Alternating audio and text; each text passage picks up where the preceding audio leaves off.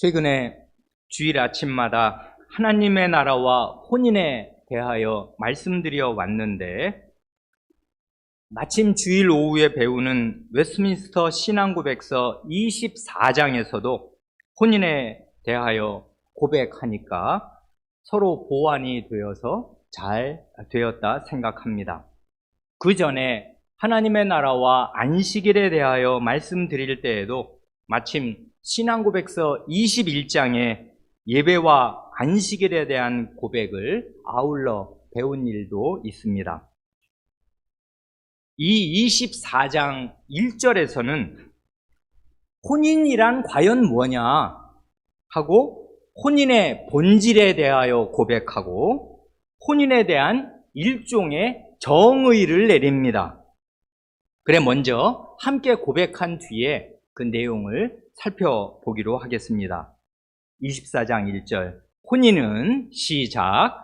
혼인은 한 남자와 한 여자 사이에 이루어져야 합니다. 즉, 한 남자가 동시에 여러 아내를 또는 한 여자가 동시에 여러 남편을 두는 것은 다 불법입니다.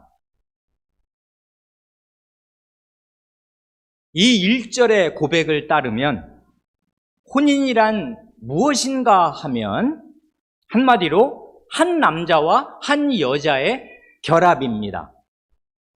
즉, 일부 일처제가 유일하게 합법적인 혼인이고 그 이외에 일부 다처제나 반대로 일처 다부제는 다 불법입니다.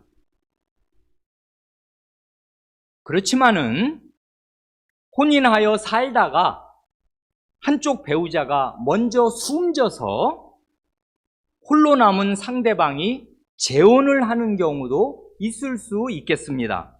그런 경우에 그 재혼한 사람의 일생을 놓고 본다면 한 남자가 두 명의 아내와 살게 되는 것이고 반대로 한 여자가 두 명의 남편과 살게 되는 것입니다. 이렇게 죽음이 부부관계를 해소시켜서 배우자와 사별한 뒤에 재혼하는 것은 전혀 불법이 아니고 아무 문제가 되지 않습니다. 그래, 우리의 신앙고백서를 잘 보시면 아주 신중하고 정확하게 표현하는 것입니다. 한 남자가, 그 다음 말이 중요하잖아요. 동시에 여러 아내를 또는 한 여자가 동시에 여러 남편을 두는 것은 다 불법입니다 하는 것이란 말입니다. 그러니까 남편이 살아있고 아내가 살아있는데 또 다른 사람을 자기 배우자로 얻으면 동시에 두 아내, 두 남편이 생기게 되는 거지 않습니까? 이렇게 되는 것은 다 불법이다, 그것입니다.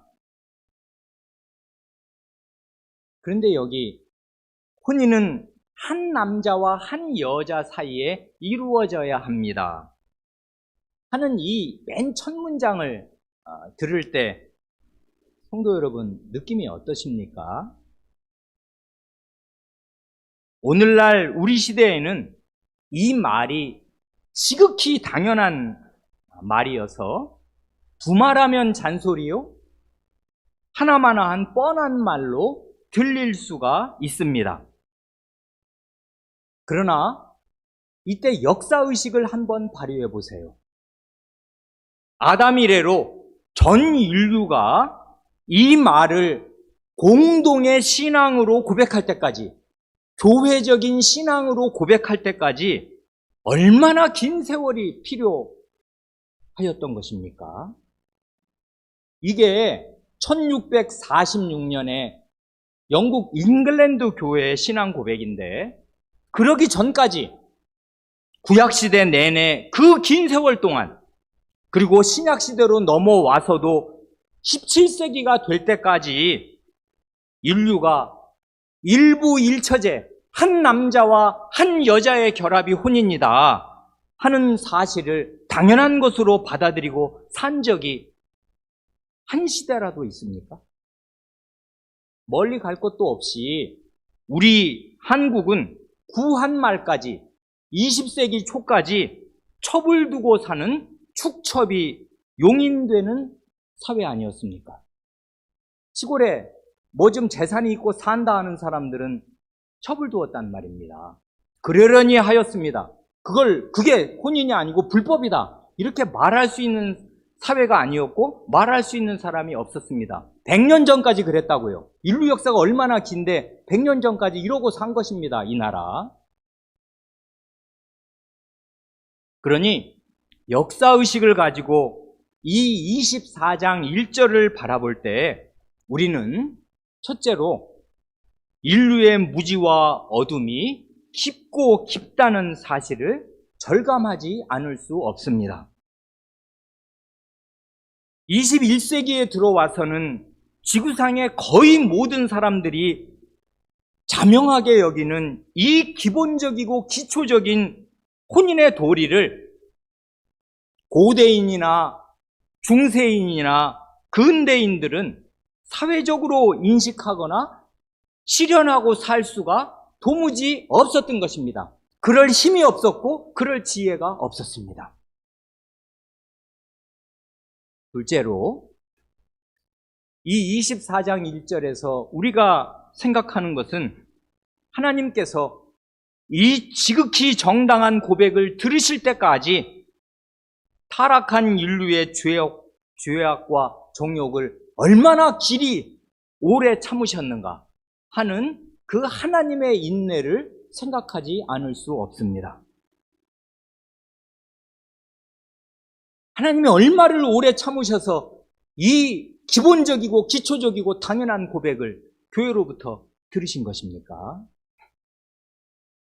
구약시대에 창세기 4장에서 그 악한 가인의 후손 라멕이 두 아내를 동시에 이제 두어서 이른바 일부 다처제가 창세기 4장부터 시작된 이래로 하나님의 나라의 첫 조상이라 할 수 있는 아브라함도 그 아내의 권유를 받아 그 당시에 다 용인이 되던 첩을 취해서 하갈을 첩으로 취해서 아이를 낳았고 그 손자 되는 야곱은 자매를 아내로 취해서 동시에 두 아내, 거기에 두 아내에 딸린 그 하녀까지 첩으로 두어서 동시에 네 아내를 두고 살았습니다. 다윗도 여러 아내를 두었고 그 아들 솔로몬 왕은 두말할 것도 없습니다. 그래 하나님께서 17세기에 이르러 이 잉글랜드 교회의 신앙 고백을 들으셨을 때 문자 그대로 만시지탄 가운데에서도 기쁘셨겠다 생각합니다. 그런데 이 1절의 고백에서 더 생각할 것이 있습니다. 인간의 어둠과 무지는 그야말로 끝이 없어서 21세기에 들어와서 이 고백을 다시 깊이 있게 제대로 정확하게 생각하지 않으면 안 되게 되었습니다. 왜냐하면 21세기에 들어와서 여러 나라가 혼인을 이 말과 다르게 다른 방식으로 재정의하고 있기에 그렇습니다. 즉 혼인은 한 남자와 한 여자의 결합만이 아니라 한 남자와 다른 남자의 결합도 혼인이고 한 여자와 다른 여자의 결합도 합법적인 혼인이라고 주장하는 시대가 되었습니다. 그래, 만 21년 전 2001년에 세계 최초로 네덜란드가 동성 결혼을 합법화하였습니다. 그 나라는 1세기 전만 하여도 아브라함 카이퍼 교회의 지도자가 수상이었던 나라입니다. 전 세계에서 개혁신앙과 개혁교회가 가장 융성했던 나라입니다. 1세기 전만 하여도 그랬습니다. 그 나라에는 법으로 주일날 영업하는 것이 금지되어 있었습니다. 상점이 문을 열 수가 없었고 열지 않았습니다. 그래서 주일날 뭘 사 먹을 수가 없으니까 음식물을 다 전날 나라 전체가 준비하지 않을 수 없었습니다. 1세기 전에 기독교가 개혁신앙이 그 나라 전체를 빛나게 만들었을 때는 그랬는데 최선이 타락하면 곧바로 최악이 됩니다. 개혁교회가 타락하면 가장 나쁜 교회가 된다고요. 왜 그래요? 뭘 안다고 생각하니까 그런 것입니다. 교만이 패망의 선봉입니다. 그래, 전 세계에서 그 개혁교회가 가장 빛났던 네덜란드가 동성결혼을 합법화한 최초의 나라가 되었습니다. 그 이후로 바로 옆에 붙은 벨기에, 밑에 있는 스페인, 캐나다, 남아공화국, 노르웨이, 스웨덴, 포르투갈, 아르헨티나 순으로 차례로 동성결혼을 합법화하였습니다.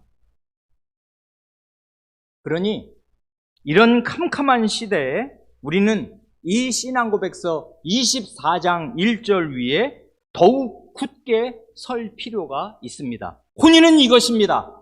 한 남자와 한 여자의 결합입니다. 그 이외의 결합은 다 불법입니다. 제대로 된 혼인 아닙니다. 누가 뭐라고 그래도 상관없습니다. 하나님 말씀이 이렇게 가르치고 신앙 고백이 이렇게 고백하는 것입니다. 그래 우리는 창세기 2장 24절 말씀을 다시 읽고 되새길 필요가 있습니다. 창세기 2장 24절 말씀, 우리가 최근에 공들여서 살펴보고 귀담아 들은 말씀이기도 합니다. 이러므로 남자가 부모를 떠나 그 아내와 합하여 둘이 한 몸을 이룰지로다 하시지 않습니까? 우리말 번역은, 원래 우리말은 그 명사에 성이나 수를 분명하게 표시하는 게 아니어서 우리말에는 나타나 있지 않지만은 히브리 말에는 어떤 명사에나 그 명사의 성, 남성이냐 여성이냐 중성이냐, 그리고 수가 단수냐 복수냐가 어떤 명사든지 명사가 나오면 단박에 알 수 있게 표시됩니다. 그래 여기 히브리 말로 이 창세기 2장 24절을 읽으면 성과 수가 아주 명료하게 표시되어 있는데 이게 하나님의 계시입니다. 이 말씀이 분명하게 가르쳐주는 혼인의 대원칙은, 혼인은 다른 것이 아니요 남성과 여성의 연합이요, 그것도 한 남자와 한 여자의 연합입니다. 그래 여기 보면 남자가 부모를 떠나 할 때 그 남자는 단수라고요. 단수 남자입니다. 한 남자가 부모를 떠나서 자기의 아내, 그의 아내니까 그게 한 사람이에요.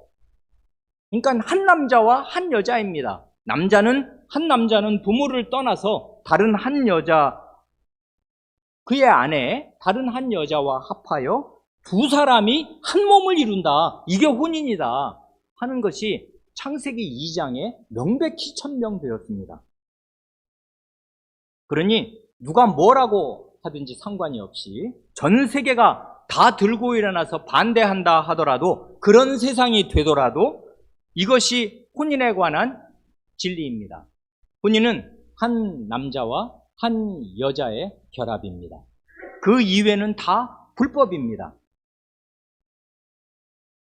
이어서 24장 2절에서는 혼인의 목적을 4가지로 고백합니다. 혼인의 목적을 이 4가지 이외에도 더 말할 수도 있겠습니다만은 우리의 선조들은 이 신앙 고백을 작성하면서 혼인의 목적으로 기묘한 것 4가지를 간추려서 고백합니다.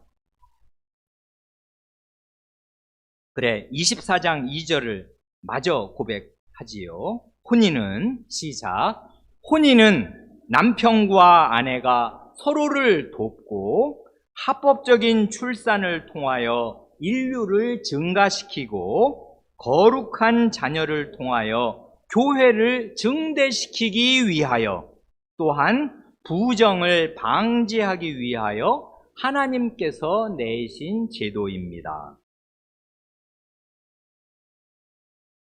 2절에서 고백하는 혼인의 첫 번째 목적은 남편과 아내가 서로를 돕는 것입니다. 일반적으로 모든 사람에게는 자기 자신을 도와줄 배필, 배우자, 반려자가 꼭 필요합니다. 신체적으로든 정서적으로든 아니면 경제적으로든 그리고 영적으로도 남편과 아내가 서로를 돕습니다. 도와야 하고 도울 수 있고 돕습니다. 그래, 좋은 배우자가 있으면 그의 평생을 놓고 볼 때 100만 대군의 도움을 받는 것보다 낫습니다. 한 사람 배우자가 자기 옆에 있으면 그것만큼 큰 도움이 되는 것이 없습니다. 가장 좋은 친구여서 자기 마음의 가장 깊은 속을 함께 이야기하고 인생의 그 닥친 기쁨과 슬픔을 함께 나누고 영적인 문제로 진솔한 대화를 나눌 수 있고 생활을 함께 하는 경제, 운명 공동체잖아요. 이런 좋은 친구는 세상에 없단 말입니다. 어떤 친구도 배우자를 대체할 수는 없단 말입니다. 예외적으로 독신의 은사를 받은 사람도 있습니다만은 그건 예외적인 것이지 일반적이거나 보편적인 경우가 될 수 없습니다. 그래, 남편과 아내가 서로 돕는 일이 꼭 필요하다. 그래, 사람이 혼자, 남자든 여자든 혼자 사는 것은 좋지 않다. 이렇게 판단하는 게 누구의 판단이었습니까? 가장 거룩하시고 가장 지혜로우신 하나님 자신의 판단이었습니다. 그걸 우리가 압니다. 첫사람 아담을 지어 놓으셨을 때 그 아담은 그 타락 이전이니까 하나님 자신의 형상을 따라 완전하게 지음을 받은 관계로 그리고 처음부터 아마 거의 틀림없이 성인으로 어른으로 지음받았을 것입니다. 그래, 그는 완전한 지성과 완전한 감성과 체력을 지닌 존재였고 영적으로도 하나님과의 관계에 아무런 문제가 없는 대단히 훌륭한 상태였습니다. 그 이후에 어떤 인류도 심지어 사도라고 하여도 하나님을 1대1로 맞대하였을 때 그 앞에 거꾸로 엎드려 죽은 것 같이 되지 않은 사람이 없을 정도입니다. 그런데 아담은 안 그랬습니다. 하나님, 자기 앞에 나타나신 하나님을 이렇게 저녁마다 날이 서늘할 때 상대에서 대화를 나눌 수 있는 그런 영적인 상태의 최고조 가장 순결하고 순수한 하나님과의 교통을 나눌 수 있는 상태였단 말입니다. 그뿐만 아니라 그가 사는 곳은 어디였습니까? 지상 낙원이었습니다. 그러니 부족할 게 뭐란 말입니까? 아무것도 없습니다. 그러나 하나님께서는 그건 좋은 상태가 아니다. 사람이 혼자 사는 것이 좋지 않다 하고 말씀하셨습니다. 그리고 창세기 2장 18절 말씀이 그것 아닙니까?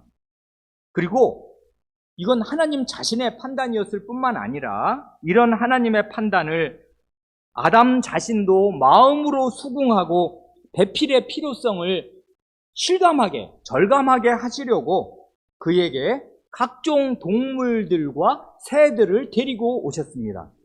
그건 그의 지배권, 그의 다스리는 권한을 확립시키고 입증하시려는 데에도 중요한 목적이 있겠습니다만은 그것만이 아니에요. 돕는 배필의 필요성을 절감할 수 있는 너무나 좋은 기회를 주신 것입니다. 그래, 이 사람이 하나님이 자기 앞으로 하나하나 데리고 오시는 동물과 새들을 1대1로 만나서 이름을 딱딱딱 지어주고 이름을 지어주기 위해서 각 특성들을 면밀하게 그 훌륭한 지성으로 다 판단하였을 것입니다. 사람이 짐승과 새에게서 도움을 받을 수 없는 것이 아니겠습니다. 말을 보았을 때 말의 그 힘찬 등과 그 엉덩이 이런 걸 보았을 때 그리고 빨리 달리는 그런 걸 보면 야, 저걸 타고 다니면 사람이 뛰어가는 것, 걸어가는 것보다 비할 수 없이 먼 거리를 힘을 덜 들이고 금세 갈 수 있다는 거. 그 근력으로 물건을 끌면 나무 같은 거를 쓰러뜨려서 뭘 만들거나 할 때 저 힘을 얼마든지 이용할 수 있을 테니까 사람에게 도움이 됩니다. 이 사람은 농사를 짓도록 경작하라는 분부를 받은 사람인데 소의 도움을 받으면 자기 맨손으로 일하는 것보다 10배 도움을 받게 될 것입니다. 양이 있으면 털을 깎아서 부드럽게 그 침대처럼 만들어 잘 수도 있고, 또 소나 그 양의 젖으로 우유를 맛있게 먹을 수도 있고, 닭이 있으면 날마다 아침마다 맛있는 싱싱한 계란을 먹을 수가 있고, 그리고 그 말 잘 듣는, 그때는 다 말을 잘 듣고 순종을 잘했을 테니까 그 짐승들과 교감을 나눌 때 정서적인 도움을 안 받는 것이 아닙니다. 그래, 요즘에 사람들이 애완동물 엄청 많이 기르면서 그게 길러본 사람들은 다 절감하잖아요. 얘가 나한테 정말 큰 기쁨을 준다는 거. 그리고 짐승이지만은 굉장한 마음의 안정과 기쁨을 주는 그런 생물체가 정말 그렇습니다. 그러나 짐승이나 새가 사람의 배필, 짝이 될 수는 없었습니다. 그래, 그 창세기 2장 20절 말씀이 대단히 중요한 말씀이다. 그 전에 자세히 말씀드렸습니다. 아담이 모든 가축과 공중의 새와 들의 모든 짐승에게 이름을 주니라. 그 다음 말에 중요한 번역 한마디가 빠져서 대단히 아쉽다 그랬는데, 그러나가 거기 들어가야 합니다. 그러나 아담이 돕는 배필이 없으므로. 이건 역접이라고요. 아담이 모든 가축과 새와 짐승에게 이름을 주었지만, 그러나 다 파악을 하고 다 얘네들의 본질을 꿰뚫어 보니 거기에는 돕는 배필이 없었습니다. 자기의 짝이 될 만하지 못했어요. 도움을 안 받는 것이 아니지만은 그런 도움은 한계가 명백하였던 것이에요. 외로웠을 것입니다. 그래, 다 하나님이 만드신 모든 피조물을 말하자면 생물이라고는 거의 다 겪어봤는데, 물고기 빼놓고야 다 겪어봤는데, 아이고 외롭다. 이게 말이 통하나? 말이 안 통하잖아요. 대화를 할 수가 없잖아요. 물론 우리의 모든 필요의 근원적인 충족이 되실 하나님께서 거기 살아계셨고 하나님과 늘 교제를 나누는 상태였는데도 하나님께서 보실 때 사람이 혼자 있는 것은 선하지 못하다. 좋은 게 아니다. 그렇게 판단하셨고 아담도 그거를 이제 체득하게 되었단 말입니다. 바로 그때 하나님께서 그의 신체의 일부로 똑같은 또 다른 사람을 지어주셔서 영적으로나 신체적으로나 정서적으로나 모든 면에서 짝이 되는 완전한 대등한 그런 존재를 지어오셨는데, 또 다른 남자가 아니라 너무나 아름다운 여성을 자기 앞에 데리고 오실 때 이 사람의 기쁨과 이 사람의 그 마음에 있는 근원적인 갈증이 해갈되는 것을 느꼈을 것입니다. 그래, 이거 서로 돕는다는 거, 남편과 아내는 서로 돕기 위해서 혼인을 제정하셨다는 거, 이게 하나님 말씀 창세기 2장에 명백히 계시된 말씀이고, 그래 돕는 배필을 지으리라 하셨고 돕는 배필을 지어주셨습니다. 그 돕는 배필이란 말을 오해하면 안 된다는 거, 그거 예전에 강조하여 말씀드렸습니다. 마치 남자가 위주로 있고 여자는 부속적인 존재, 딸린 존재로서 그냥 도와주는, 도움을 좀 주는 존재, 그런 뜻으로 쓰인 거 전혀 아니란 말입니다. 짝이 되는 돕는 자입니다. 하나님께서 돕는 자이신데 하나님이 부수적인 존재일 리가 없듯이 여기선 부수적인 존재를 지은 것이 아니요 완전히 대등한데 도울 능력과 지혜를 가진 존재를 그에게 붙여주셔서, 그러니 이건 천군만마란 말입니다. 말도 못하게 기뻤을 것입니다. 모든 면에 도움을 받을 수가 있고, 살아보면 알아요. 결혼해서 살아보면 압니다. 두 사람이 완전한 운명 공동체가 되어서 한 침대를 쓰고 한 집안에서 살 때 한 사람이 다른 사람이 보지 못하는 걸 봐요. 미처 생각 못하고 잊어먹고 있는 거나 혹은 아예 그 생각이 안 미치는데 상대방은 그걸 보고 말을 해주면 아 그러네 하고 보완이 된단 말입니다. 그리고 그렇게 내가 보지 못하는 걸 상대방이 보기 때문만 아니라 나와 똑같은 생각을 하고 똑같은 판단을 한다는 게 엄청 힘이 되잖아요. 내가 그렇게 생각하고 있었는데 혼자 생각이면 확신이 덜 들다가도 내가 말을 했을 때 상대방도 바로 그렇다. 나도 그렇게 생각한다. 그러면 마음에 확신이 생긴단 말입니다. 그래, 같은 생각을 하여도 좋고 내가 하지 못한 생각을 상대방이 하여도 좋고 이렇거나 저렇거나 서로 돕습니다. 엄청난 도움이 된단 말입니다. 그래, 저는 이 첫 번째 목적으로 고백하는 이 고백, 남편과 아내가 서로를 돕는 것이 혼인의 목적이다 이렇게 말한 것이 너무나 매력 있고 이건 정말 탐복할 만한 일이 아닌가 생각합니다. 하나님 말씀 제대로 이해한 것이고 깊이 있게 이해한 것이에요. 그러니까 여자가 남자를 돕는다 이런 식으로 이해한 것 아닙니다. 혼인이란 모름지기 남자와 여자가 서로를 돕는 것이다. 남편만 아내의 도움 받는 것 아니고 여성도 남편의 도움을 받는 것이고 서로 돕는 것이다. 대등한 관계로 이렇게 고백한 것이 이게 하나님의 말씀 창세기 2장을 제대로 이해한 것이에요. 그런데 아직도 이런 이해에 못 미치는 사람들이 있으니 어쩌면 좋냔 말입니다. 시대에 역행하는 거 아니에요. 특별히 이 신앙 고백이 나온 시대를 감안할 때 이 혼인의 목적을 이렇게 남녀가 서로 대등하게 서로를 돕는 것으로 고백한 게 이게 너무나 놀랍습니다. 왜 그러냐 하면 1646년 어간에는 몇 년 전입니까? 이게 지금 그 380년 전에는 동양이나 서양을 막론하고 다 그릇된 남존 여부의 사상에 남자는 존귀하고 여자는 비천하다 이런 남존 여비 사상에 찌들어 있던 시대 아닙니까?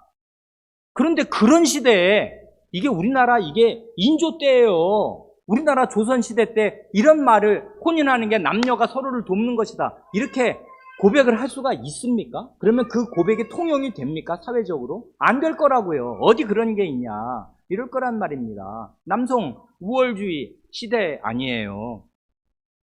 여권이 제일 발달했다는 미국 있지 않습니까? 미국의 여성 참정권, 여성 투표권이 언제 주어진지 아십니까? 정확히 100년 전 1920년에 와서야 미국에 여성 투표권이 주어졌어요.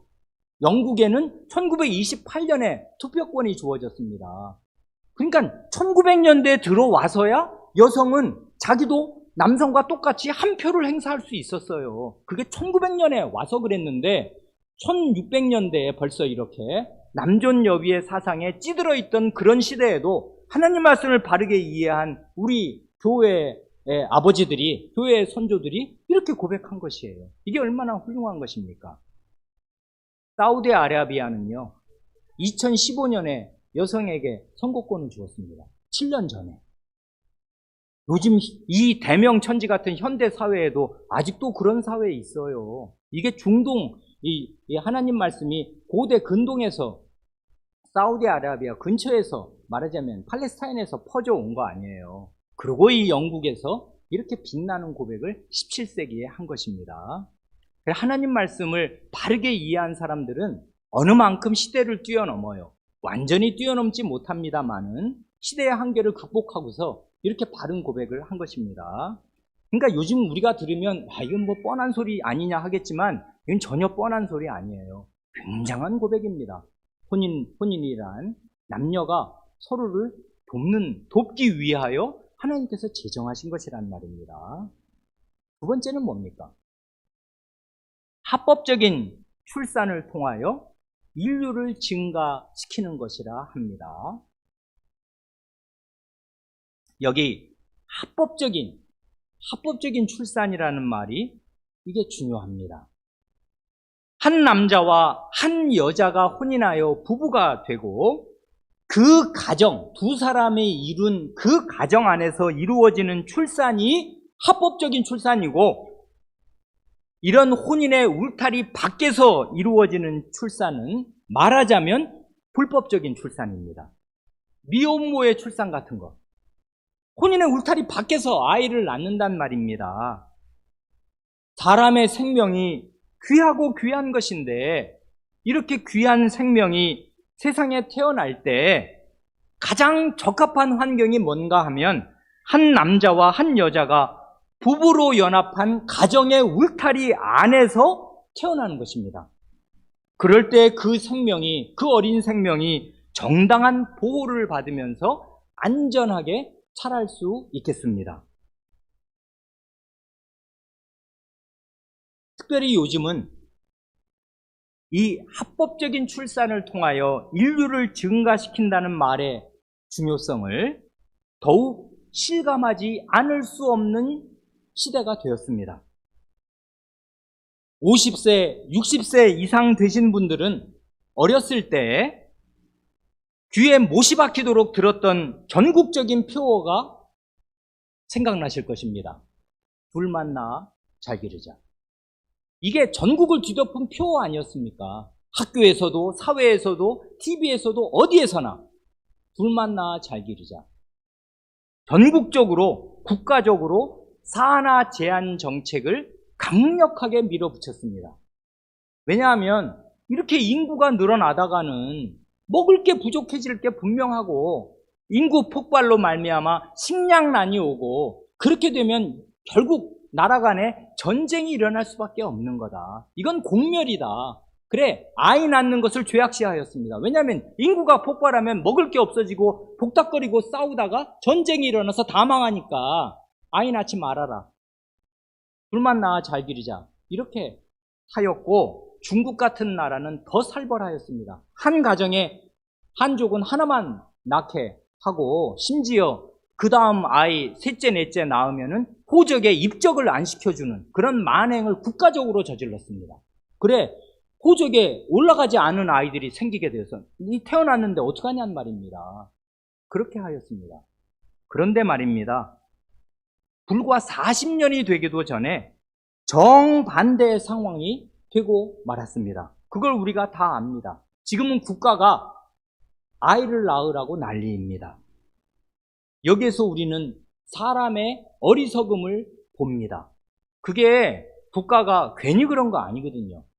각계의 전문가들이 다 그게 힘을 합쳐서 시대를 예측하고 전 세계 상황을 예측하면서 국가적인 시책을 펼치는 거 아닙니까? 그 행정고시 통과한 최고의 두뇌들이 고위공무원이 되어서 그런 정책을 입안하고 밀어붙이는 것 아니에요. 공무원들은 지금도 공무원 되기 어렵습니다만은 고위공무원 되기 어렵단 말입니다. 바보 같은 사람들 아니거든요. 국가의 최고 두뇌들이 모여서 국가 정책을 이제 추진하는 것인데 최고 두뇌라는 사람들의 그 한계가 명백한 것입니다. 그러나 하나님의 말씀은 태초부터 한결같았습니다. 뭘 하십니까? 오늘 우리가 본문으로 읽은 창세기 28장 말씀이 명명백백합니다. 하나님이 그들에게 한 남자와 한 여자를 지어 놓으시고 그들에게 복을 주시며 하나님이 그들에게 이르시되 생육하고 번성하여 땅에 충만하라. 아멘. 이게 하나님이 복을 주시는 일이라고요.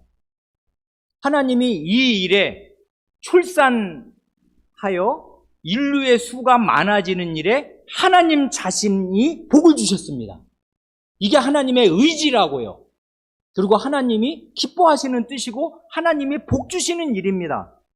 그런데 이 하나님의 복, 이 하나님의 말씀을 가장 똑똑한 정책 수립자들, 우리나라 사람들 중에 가장 괜찮은 사람들이, 나라의 권력, 국가 권력을 맡은 사람들이 안 믿었고 무시하였습니다. 그랬는데 그러고 나서 시절이 가고 나니까 지금은 엄청 다급해졌습니다. 정말 지방 소멸의 시대에 들어왔습니다. 지방 대학들 문 닫습니다. 지방에 있는 유치원들, 학교들 이제 문 닫습니다. 시골에 가면 폐교가 질비한 거 다 아시지 않습니까? 이게 지방 소멸을 넘어 국가 소멸을 걱정하지 않을 수 없는 그런 때가 되었습니다. 왜 이렇게 되는 것입니까? 50년도 내다볼 수 없어요, 사람은. 그래, 왔다리 갔다리 정반대해서 이게 얼마나 양극단입니까? 예전에는 그렇게 아이를 낳지 말라고 난리를 피우더니 예비군 훈련 가면은 불임 수술을 해주면 일찍 보내준다 해서 그런 걸 그렇게 하더니 지금은 뭐 어떻게 된 것입니까? 다들 낳으라고 난리 아닙니까? 그래도 안 낳습니다. 그런데 문제는 지금도 신자가 우리 시대의 영향을 그대로 받아서 이 창세기 1장 28절 말씀을 잘 안 믿는 것 같습니다. 많은 신자들, 신혼 부부 신자들이 출산을 복이라고 생각합니까? 하나님 말씀 안 믿습니다. 복은 무슨 복? 고생이 넝쿨째 들어오는데 복은 무슨 복이냐? 아이 기르면은 경력이 단절되고 직장 못 다니게 되고 그리고 직장을 다니려니 그 아이를 맡길 때가 있어야 되는데 우리 친정 아버지, 친정 어머니, 뭐 시부모님도 다 몸도 불편하시고 애 봐줄 데가 없는데 우리 직장 선배들 사는 거 보니 사는 게 아니더라. 아이 안 낳는 게 행복이라고 생각합니다. 그런 시대가 되었습니다. 그러니까요, 사람의 지혜에 별것 없습니다. 하나님 말씀이 진리라고요. 이 말씀은 근데 믿어야 돼요. 하나님 말씀이니까 믿어야 되는데 사람이 자기 생각이 더 지혜롭다고 언제든지 생각합니다, 사람이. 그래서 국가적으로 불신자들이야 더 말할 것도 없는데 문제는 신자들이 출산이 복이라고 믿지 않는 시대가 된 거예요, 지금. 이게 가장 큰 문제입니다. 아닙니다. 출산은 복입니다. 복이라고요. 아이 낳을 때 하나님께서 복 주시고 그 큰 수고에 하나님이 복을 주십니다. 그러니까 합법적인 출산을 통하여 인류를 증가시킨다는 말, 이 말 허투루 들을 것 아니고 여기에 하나님의 복 주심이 있습니다. 그런데 많은 사람들이 이 명료한 하나님의 말씀에는 순종하려 하지 않으면서 하나님의 인도를 바란다고 하지 않습니까? 하나님이 내 인생 어떻게 인도하시나? 그 말씀에 순종하십시오. 젊은 사람들은 혼인하기를 힘쓰시고 혼인한 부부는 아이 낳기를 힘쓰시는 게 하나님의 가장 확실한 복과 인도를 받는 비결 아닙니까? 명명백백한데 이런 걸 다 뒤로 두고서는 꽁생꽁생 자기의 욕심을 이루기 위해서 뭘 해놓고 여기에 하나님이 도움을 주실 거냐 안 주실 거냐 가지고 하나님의 인도를 판단하면 그게 얼마나 우스운 일입니까? 아니라고요. 본말이 전도된 거란 말입니다. 하나님의 복은 이런 데서 찾는 것이고 하나님의 인도는 이런 데서 오는 것입니다. 세 번째는 뭡니까? 거룩한 자녀를 통하여 교회를 증대시키는 것이라 합니다. 이건 두 번째와 같은 것이면서 지금은 이렇게 세 번째로 나누어서 고백하지 않을 수 없게 되었지 않습니까? 원래 아담과 하와를 지어 놓으셨을 때는 전체가 하나님의 나라와 다름이 없지요. 타락이 없는데, 죄가 없는데 아이를 낳으면 그게 다 하나님 백성일 거 아닙니까? 그런데 이 타락한 세상이 태초부터 되었습니다. 그러고 나서는 인류의 출산이 일반적으로는 복된 것이고 정말 아이 낳는 사람이 애국자이고 그 하나님의 이 창조 명령에 순종하는 사람이니까 하나님이 당연히 거기에 일반적인 복을 주실 것입니다. 그러나 하나님의 나라와 이 세상 나라가 길을 달리하게 되는 이런 때에 와서는 더더욱이나 이 세 번째 말이 엄청나게 중요해졌습니다. 거룩한 자녀를 통하여 교회를 증대시키는 것. 혼인한 사람을 통해서 거룩한 자녀들이 교회 안에 태어납니다. 이른바 언약 백성. 하나님이 이건 내 사람이다. 이건 내 백성이다. 하고 성삼위 하나님이 아버지와 아들과 성신의 이름 안으로 연합시켜 주시는 하나님의 백성들이 교회 안에서 태어난다고요. 이것처럼 큰 일은 없어요. 이것처럼 교회에 기여하는 일은 따로 없어요. 17세기 이후로 미국의 이 부흥주의가 선풍적으로 세계를 휩쓸면서 전도주의가 횡행하면서 교회가 놓친 것이 이것입니다. 하나님 믿는 백성이 교회 안에서 자식을 많이 낳아서 그 자식을 하나님의 백성답게 기르는 일이 10사람, 100사람 전도하는 일보다 훨씬 더 중요하고 효과적이고 하나님 나라에 기여하는 일입니다. 왜 그런가 한번 이유를 생각해 보세요. 하나님 나라 어떤 나라입니까? 하나님의 나라라고요. 하나님의 나라. 하나님을 아버지로 모시려니 그 하나님이 어떻게 크신 분입니까? 하나님 1년 배우면 알아요? 전도받아서 교회에 들어오면 20살 때, 30살 때, 40살 때 전도받아서 교회 처음 나오면 그 사람 생각 전체가 어때요? 이 세상 생각이 100%에서 99%입니다. 안 그래요? 그러고 나서 그냥 뭘 하나 처음 배우는 거예요, 이제. 근데 이미 이 사람은 나무가지 아시지요? 나무가지는 한번 자라서 이만큼 자라놓고 나면 올바른 방향으로 이렇게 휘게 할 수가 없어요. 확 힘을 주면 꺾여버리기 때문에 그냥 붙들어 매서 안간 힘을 써야 조금 나뭇가지가 온단 말입니다. 사람이 한번 20살까지 형성되면요, 잘 안 바뀝니다. 그래, 이 말은 일면에 진실이 있는 말인데 사람은 20살 뒤로는 안 바뀐다. 그 말 거의 사실입니다. 여러분 고등학교 동창을 50살 돼서 만나보세요.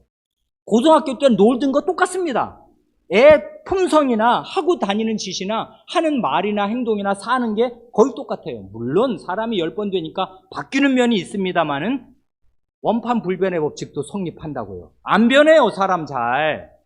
그 고등학교 때 모습을 보면 대강 이 사람이 어떻게 어떤 삶을 살기라 하는 거를 그 근본 인성에서는 대강 추측할 수도 있을 정도입니다. 사람이 20살 때까지 형성되는 게 그렇게 중요하다고요. 전도하지 말라는 말이 아니고 당연히 하나님 백성은 이 복된 영원한 세계를 가졌으니까 기회 있는 대로 이런 것을 자연스럽게 나타내는 게 자연스러운 일이고 당연한 일입니다만은 전도할 것이 아니고 20살 되기 전에 하나님 백성으로 길러놔야 돼요. 근데 그게 하루아침에 되는 게 아니에요. 아이 길러보세요.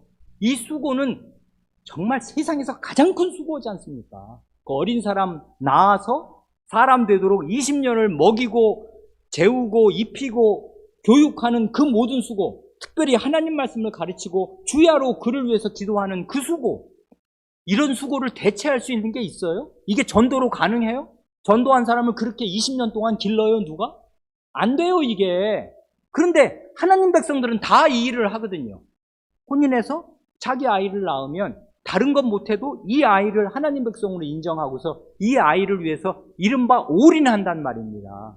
이 수고가 교회를 살찌우는 수고고 하나님 나라를 살찌우는 수고예요. 이런 수고가 전도 10사람 100사람 하는 것보다 훨씬 더 하나님 나라를 위해서 효과적인 수고입니다. 근데 이거 많은 교회가 이런 걸 놓쳐버렸다고요. 왜 그래요? 교회가 시장처럼 되었기 때문에 그런 것입니다. 혼인해서 아이를 낳고 아이를 바르게 하나님 백성답게 길러야 한다. 이게 하나님 나라를 위한 하나님의 가장 바르고 깊고 정상적인 뜻이다. 이 일을 위해서 하나님이 함께 하시고 이 일에 도움이 필요하면 하나님께 구하면 남편에게 직업도 주실 것이요, 먹고 살게 해주실 것이요, 어려움이 생길 때마다 하나님께 구하면 하나님이 들어주실 것입니다. 하나님의 인도는 이런 데서 받는 거라고요. 그렇게 하십시오. 혼인한 가정들은 아이를 많이 주시기를 바라시고 아이를 잘 받으셔서 그 아이를 하나님의 백성으로 기르시는 데 주력하시기 바라요.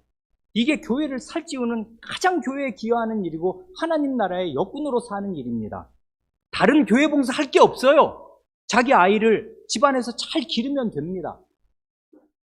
이건 하나님 나라에서 이 일만큼 중요한 일이 없기에 이건 우리가 잘 아는 말씀대로 창세기 18장 18절 19절 이하에서 하나님 나라를 이 땅에 처음으로 수립하시려고 아브라함을 부르실 때부터 하나님이 명백히 천명하신 말씀이에요. 뭐라십니까?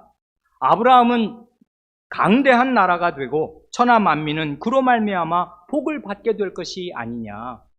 하나님의 마음에 품은 뜻이, 원대한 뜻이 계셨습니다. 내가 하려는 일을 아브라함에게 숨기겠느냐? 바로 전에 그렇게 말씀하셨거든요. 하나님이 하시려는 일이 있어요. 그 일은 뭐냐면 강하고 큰 나라, 강대한 나라, 그런데 복된 나라, 천하 만민이 그 안으로 들어와서 복을 받을 그런 나라를 하나님 나라의 왕이신 분이 기획하셨습니다. 이 일을 이루시겠습니다. 이게 하나님의 왕적인 경영이고 경륜이에요.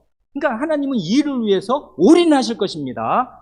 그러려면 아브라함이 꼭 해야 할 게 있어요. 뭡니까? 내가 그로 아브라함으로 그 자식과 권속에게 명하여 여호와의 도를 지켜 의와 공도를 행하게 하려고 그를 택하였나니 이는 나 여호와가 아브라함에 대하여 말한 일을 이루려 함이니라 하십니다. 하나님께서 아브라함에 대하여 말씀하신 일이 있어요. 그건 언약이에요. 내가 너를 천하 만민의 복의 근원으로 세우고 너를 조상으로 세워서 복된 나라를 이루겠다. 이게 내가 너에 대해서 한 말이고 너에게 준 언약이다. 이 언약이 이루어지려면 어떻게 해야 돼요? 아브라함이 자기 자식과 권속에게 명해서 하나님의 앞서가시는 길을 좇아서 의와 공의를 행하고 사는 사람으로 길러놔야 돼요. 이게 하나님 나라가 이루어지는 일의 결정판입니다. 아브라함이 자기 자식과 권속을 잃어버리고서는 롯처럼밖에 안 될 것이에요. 롯 뭐 됐습니까? 아브라함의 기도 덕분에 목숨은 구원받았지만은 모압과 암몬의 조상이 되어서 대대로 아브라함의 자손들 이스라엘 백성을 괴롭히는 원수 노릇밖에 못한 거 아니에요. 왜 그래요? 자기 자식과 권속을 명해서 여호와의 도를 지켜 의와 공도를 행하게 하는 사람으로 기를 만한 식견과 믿음이 있었어요, 그 사람에게? 없었단 말입니다. 겨우 불가운데 구원을 받아가지고 그 부끄러운 모압과 암몬의 조상이 된 것뿐 아닙니까? 아브라함은 그렇게 살아서는 안 되었습니다. 그렇게 살면 하나님의 경영이 무너지고 말 것이에요. 왜 그러냐면 아브라함에 대하여 말한 일이 이루어질 수가 없거든요. 그래, 강대한 나라, 복된 나라, 하나님이 아브라함에게 언약하신 나라가 이루어지려면 아브라함이 가장으로서 자식과 권속에게 하여야 할 일이 엄청나게 중요하고 이 일이 하나님 나라를 떠받치고 이루어가는 핵입니다. 근데 이 일에 우리가 다 참여받았잖아요. 그래, 아이를 주시기를 힘써서 이제 아이를 받으면 유아 세례를 받아서 이건 하나님의 백성이다. 이 사람은 그 한 달부터 그렇게 한 뒤로 20년을 기르잖아요. 아이 하나를 기르는데 온 동네가 필요하다는 말이 있지 않습니까? 그 말 사실입니다. 요즘은 동네라는 개념이 무너진 시대가 되어서 아이들이 사람답게 못 자라잖아요. 아파트가 있어봐야 동네가 아니잖아요, 그거는. 앞집 아저씨는 얼굴도 모르고 이름도 모르고 인사도 안 해. 이러는 살벌한 모래알 같은 시대로 사니까, 동네가 없어진 시대로 사니까 우리 아이들이 이렇게 살벌하게 되는 거 아닙니까? 그런데 교회는 동네거든요. 마을이란 말입니다. 운명 공동체. 그러니 한 아이가 태어나면 온 교회가 함께 그를 위해서 기도하고 그를 지켜보고 그를 사랑하고 그의 울타리가 되어줍니다. 이게 우리의 거룩한 마을이니까. 그래서 그 아이를 함께 기르지 않습니까? 그래, 이 아이가 이 교회 안에서 하나님의 백성으로 거룩하게 기름을 받아서 20살이 되기 전에, 대학에 들어가기 전에 형성되어야 돼요. 거룩한 아이로. 그 자기 세계관, 가치관, 사람은 어떻게 살아야 되는 거다. 이런 걸 보고 배운 게 있어야 돼요. 20년 동안. 그런 게 없이 그냥 일반 세상에서 큰 사람이 나중에 교회 오면 생각 잘 바뀝니까?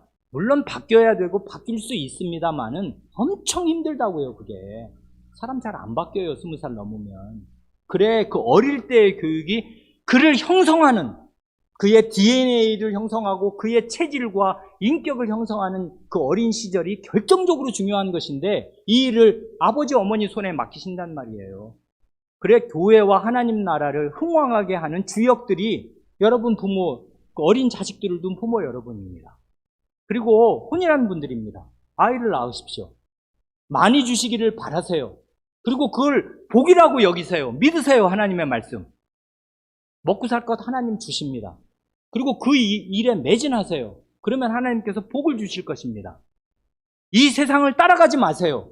이 세상은 계속 30년 뒤, 40년 뒤도 못 내다보고 이렇게 방향이 정반대로 왔다리 갔다 하는 세상을 왜 따라간단 말입니까? 아이 낳는 거 고생 아니에요. 아이 기르는 거 고생 아닙니다. 복입니다, 복. 하나님이 여기에 복을 주시는데 이걸 왜 자기 인생을 깎아먹는 경력 단절이라고 한단 말입니까? 무슨 경력을 쌓으려고 아이를 안 낳는단 말입니까? 그게 하나님 나라에서 일고의 손톱만큼의 가치가 있는 경력이에요. 없단 말입니다, 그런 경력. 하나님 나라의 경력은 아이를 낳아서 믿음으로 기르는 것이란 말입니다. 그게 하나님이 그에게 보상하여 주실 큰 그 일의 선행이 될 것입니다. 그런 선행 없잖아요. 한 인간에게 헌신하는 20년의 헌신 이외에 그보다 더 큰 헌신이 어디 있어요? 더 큰 선행이 어디 있습니까? 그런 선행을 하기를 힘쓰시기 바랍니다. 마지막 네 번째 혼인의 목적으로 드는 것이 저는 대단히 매력 있습니다. 또한 부정을 방지하기 위하여 하나님께서 내신 제도가 혼인입니다 하지 않습니까? 부정을 방지하기 위함이라 하십니다. 하나님께서 사람을 지으실 때 음식물을 통해 에너지를 얻어서 그 에너지로 몸과 두뇌를 움직이는 존재로 사람을 지으신 까닭에 식욕을 정당한 욕구로 사람에게 주셨습니다. 식욕이 없으면 그 사람답게 살기가 어려울 거 아닙니까? 밥맛이 없어. 먹고 싶지가 않아.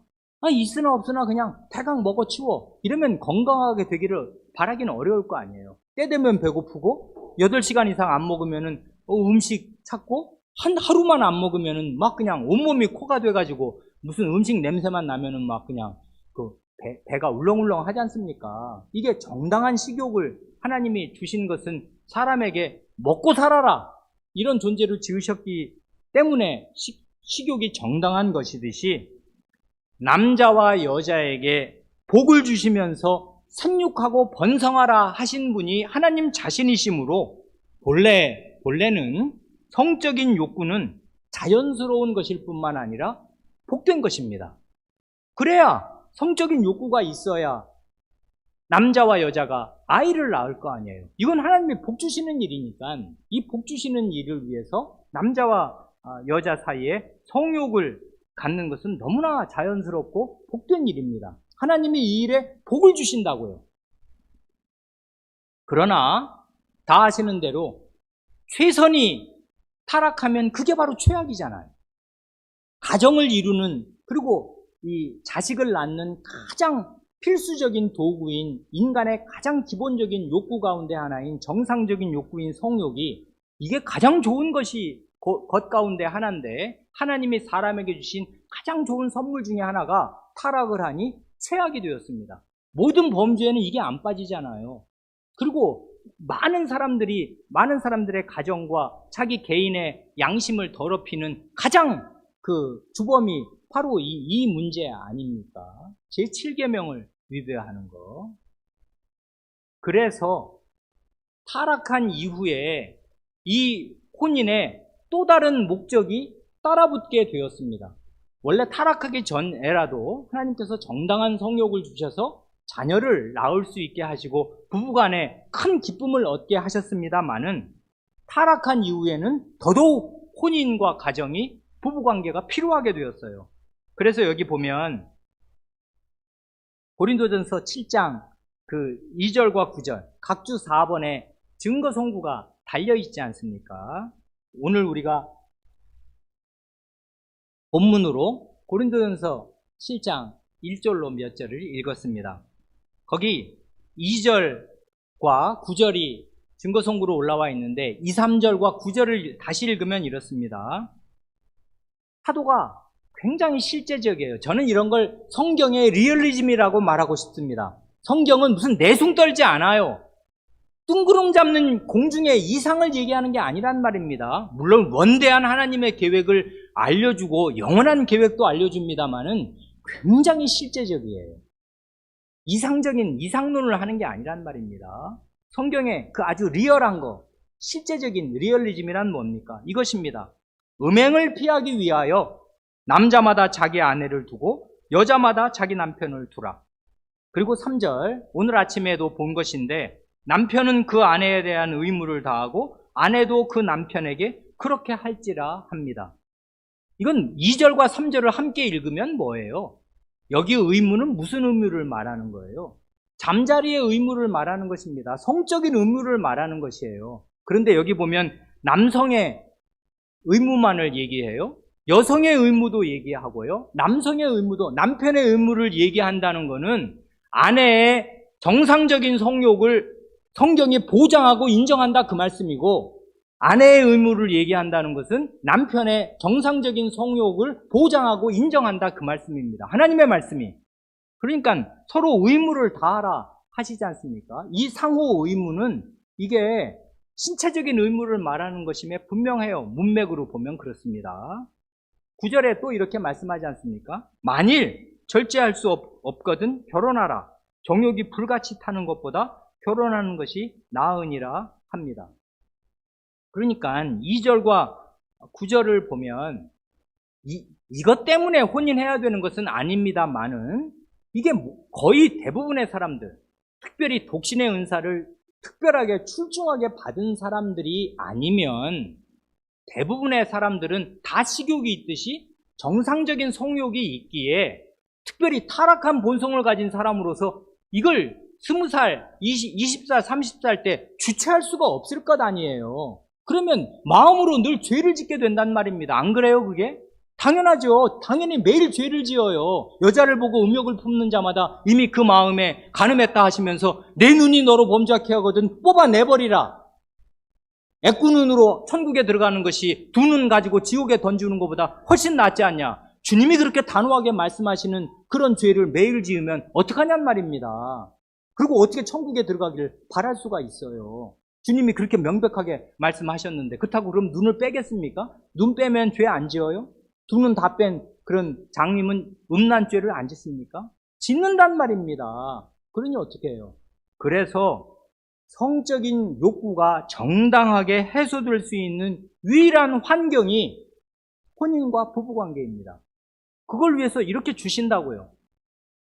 그래, 이 하나님의 말씀의 화법을 본받아서 혼인 상담을 위해 제게 오는 젊은이가 있을 때 제가 긴 얘기 안 하고 단도직입적으로 얘기하는 것이 이것입니다. 아니 무슨 이유가 있어서 집을 얻으려고 뭐 이렇게 저렇게 이유를 잔뜩 결혼을 미룰 이유를 잔뜩 제시합니다. 저에게. 그러면 목사로서 가만히 다 듣습니다. 듣고 나서 제가 하는 해법은 단 한 가지입니다. 결혼하기로 약속했나? 당장 그럼 내일 결혼해야지. 당장 한 달 뒤에 결혼해야지. 왜 매일 죄를 짓고 사나? 그 결혼하기로 약속한 그 처자, 그 남자 옆에 두고서 너 매일 죄 안 짓나? 왜 그런 죄를 하나님 앞에 매일 짓고 사나? 결혼해라. 하나님은 그럼 합법적으로 아내를 즐길 수 있고 남편을 즐길 수 있는 길을 열어주시는데 뭐 때문에 그걸 미루는 거냐 도대체. 왜 미루냐 그걸. 당장 해라. 그렇게 하는 게 하나님의 뜻이다. 그렇게 말합니다. 이게 무식한 그 조언이 아니에요. 20살 넘으면 결혼해야 해요.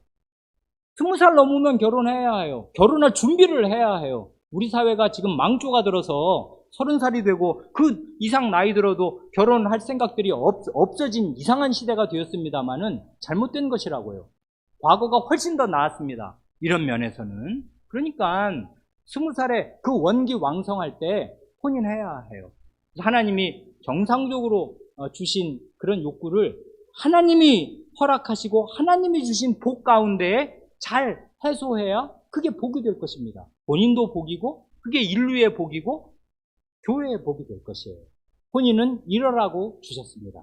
그래 이게 우리의 조상들이 고백하는 혼인의 4가지 목적입니다.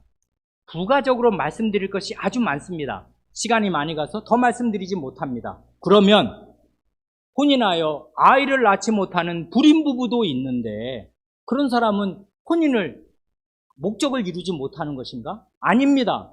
첫 번째 목적을 보세요. 서로 돕잖아요, 남녀가. 그러면 되는 것입니다. 이 사람의 생명을 주시는 것은 하나님의 주권에 속한 것이라 모든 사람에게 다 주시는 복이 아니에요. 내게는 그런 복을 안 주시면 못 받는 것입니다. 그렇지만 혼인했으면 아이가 없어도 아내와 남편이 서로 돕잖아요. 이런 도움은 세상에 따로 없단 말입니다. 엄청난 하나님의 복을 받는 것이에요. 그러니까 혼인의 목적이 이런 4가지 목적이 100% 다 충족되어야 정상적인 혼인 생활이라 할 수 없어요. 아이를 못 낳으면 할 수 없는 것이고 그러나 남편과 아내 사이에 도움을 얼마든지 주고받을 수 있고 사랑을 나눌 수 있습니다. 로마교는 이런 면에서 빗나갔습니다. 로마교는 2가지 면에서 크게 빗나갔는데 모든 신부, 모든 사제, 모든 수녀에게 독신을 강요하는 면에서 빗나갔고 그리고 혼인해서 부부간의 관계를 갖는 이유를 자식 낳는 목적으로만 제한시켜요. 그래서 모든 피임을 반대합니다. 원칙상, 교리상. 그러나 부부간에 서로 사랑을 나누는 것은 반드시 자식을 낳기 위함만이 아니에요. 그러니까 사람이 자식만 낳기로 한다면야 잠자리를 1년에 한 번씩만 가져야 되겠죠. 그런 거 아니란 말입니다. 그러니까 로마교는 극단에서 극단으로 빗나가요. 아예 혼인을 어떤 사람들은 못하게, 직업적으로 못하게 하지를 않나. 그리고 혼인한 사람들은 아이 낳는 일을 위해서만 말하자면 합방하라, 그런 식인데 하나님 말씀 잘 모르니까 그렇게 말하는 것 뿐입니다. 그렇지 않아요. 부부간에 혹시 그 아이를 낳은 목적이 아니더라도 부부간에 얼마든지 애정을 표시하고 사랑을 나눌 수 있는 것입니다. 하나님께서 그렇게 부부관계에 복 주셨습니다. 오늘은 1, 2절의 내용을 함께 살펴보았습니다. 기도하시겠습니다.